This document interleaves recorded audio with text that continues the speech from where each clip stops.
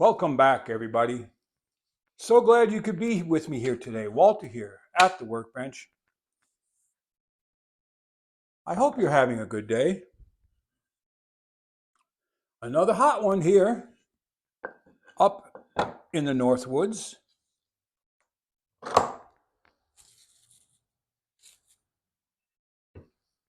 Trying to stay cool is a full-time job.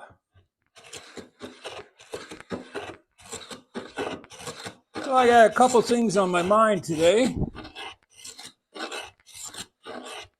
I found this small piece of northern white ash.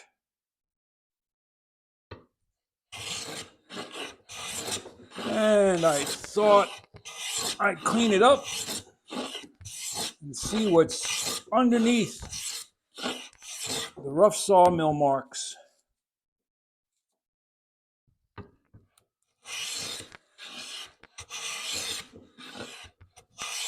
Now, a sign of getting old is when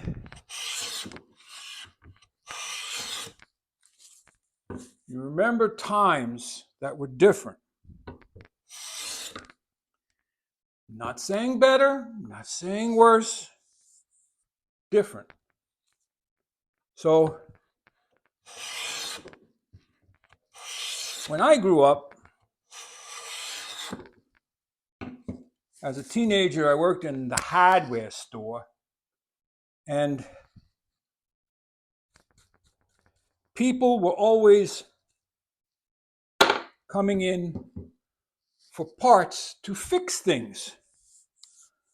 Because that's what you do, right? You fix things.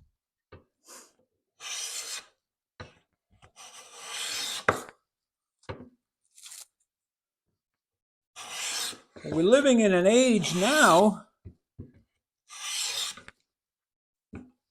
it almost costs too much to fix things. For instance, I have this little axe. This little axe came from the same estate where the people gifted me the 5C. And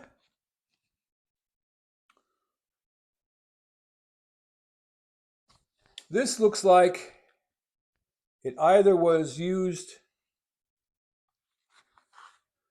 in the Scouts. Somebody made this pouch and put their name on it, and I can't quite read it. The maker of this, I think, is Snow and Neely or something like that. I can't tell right at the moment. But this was in perfect condition until it's not. So an accident happened, and the person using it broke the handle. So I need to replace the handle. So finding a handle like that, 24.5 inches long, is tricky. I found 28s and I found 24s. 24 would work, except they've already cut the bottom end off so it doesn't have the doe's foot.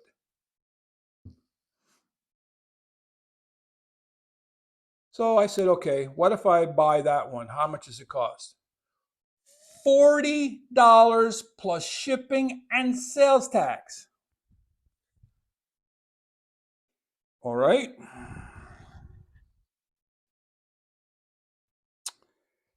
So I'm looking at this one, and I'm not sure. I can't tell quite yet if it's ash or if it's hickory. I'm thinking by the way it broke, it might be ash. And it looks like, and I could be wrong,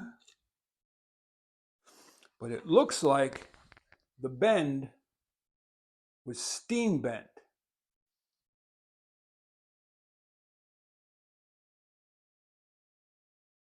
So they made the straight piece steamed this end and bent it over a form. So I'm thinking, it's wood. I have the tools. Why don't I just make one? Well, I know it's going to cost me more than $40 to make one because my time is so precious. You know what I mean? So I would need a piece of wood to fit the eye, 2 1/8. And then if we look at the length,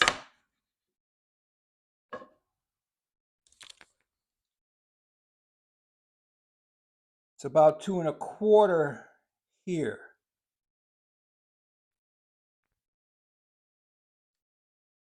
If we don't steam bend it. If we steam bend it, we can get away with the widest portion up here, which I can just barely measure.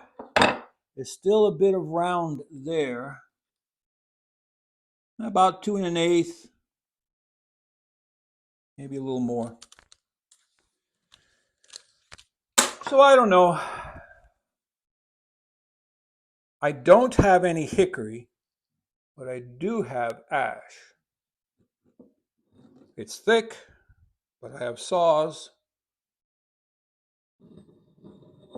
Let me know what you think. Pay the money and get a pre-made one, or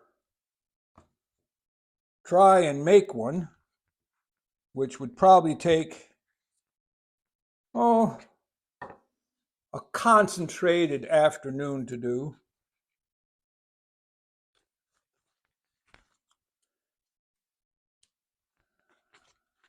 Because I like this axe. It's not a very heavy axe. It may be 2 pounds, 2 1/4 maybe.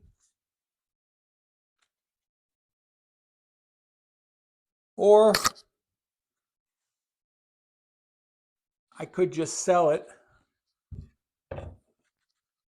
as an antique and let somebody else worry about the handle.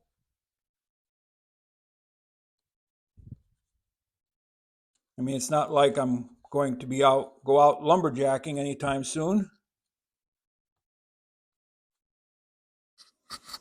But that's that.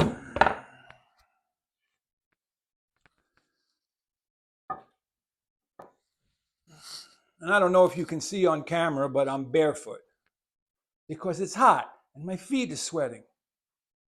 You ever hear of grounding, where you go barefoot on bare soil, sand, soil, lawn? I'm not sure if it qualifies on concrete or not. But supposedly, when you ground yourself to the earth, it takes the negative ions out of your body. Sounds good. I do know years ago, before my doctors, this is many years ago, almost 40, before my doctors diagnosed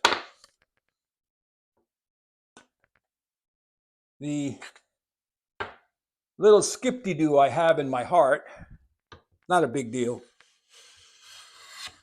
I think my grandmother had the same thing. I met a lady who was considered a natural healer, and I told her about it before I went to the doctor, and she said, well, talk to your doctor, or you can go out in your pasture, find a tree, lay down, face down on the north side of the tree, and just lay there. And the earth will take the negative impulses out of your body. I gave it a try. I felt pretty good. Eventually, the doctor said, I have this, that, or this, that, or whatever I have. Okay. I think we've forgotten more than we know. Truly do. So, trying to decide which way to plane this.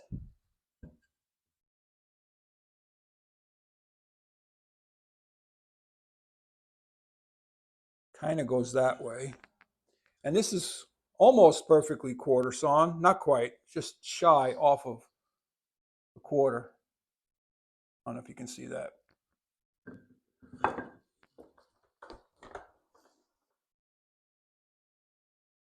This will be a little bit of a rambling video because I've got a couple things going on in my mind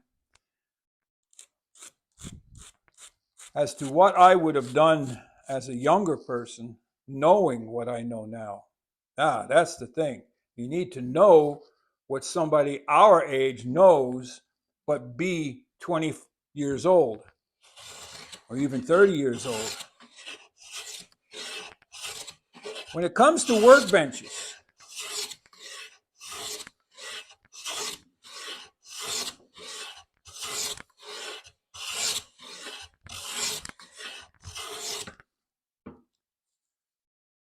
there are so many ways you can design a workbench, especially if you are making a specific thing. If you're making something very specific, then your bench will be reflected by that. Nowadays, they make these generic benches, and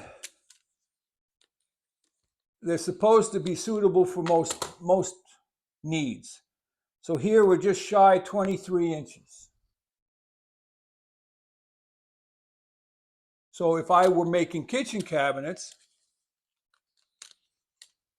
they wouldn't fit on here because, well, no. Your countertop is 25, and you got 1.5 inch overhang. That's 23 and a half. So no, they really wouldn't fit properly on here. And for working in solid wood, you only need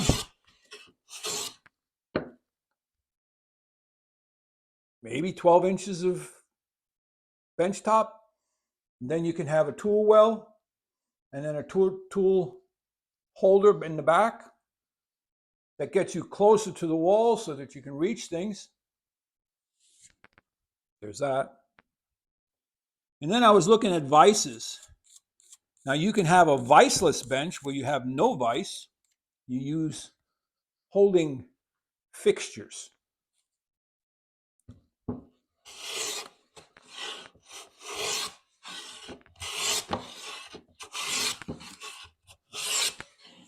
And there's a lot of different styles of vices out there. So I'm feeling, now mind you, this is quarter sawn face of white ash, so it's going to be grainy. But I still don't want tear out.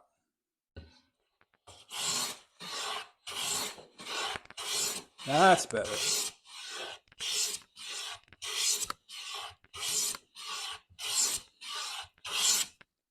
Oh yeah, much better. So like I was saying the other day about design and furniture and stuff, one of the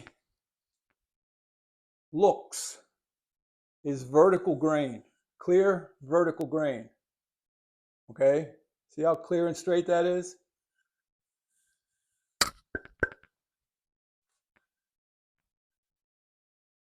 That's one way to design your piece. And then the other is to use the flat sawn grain or cathedral grain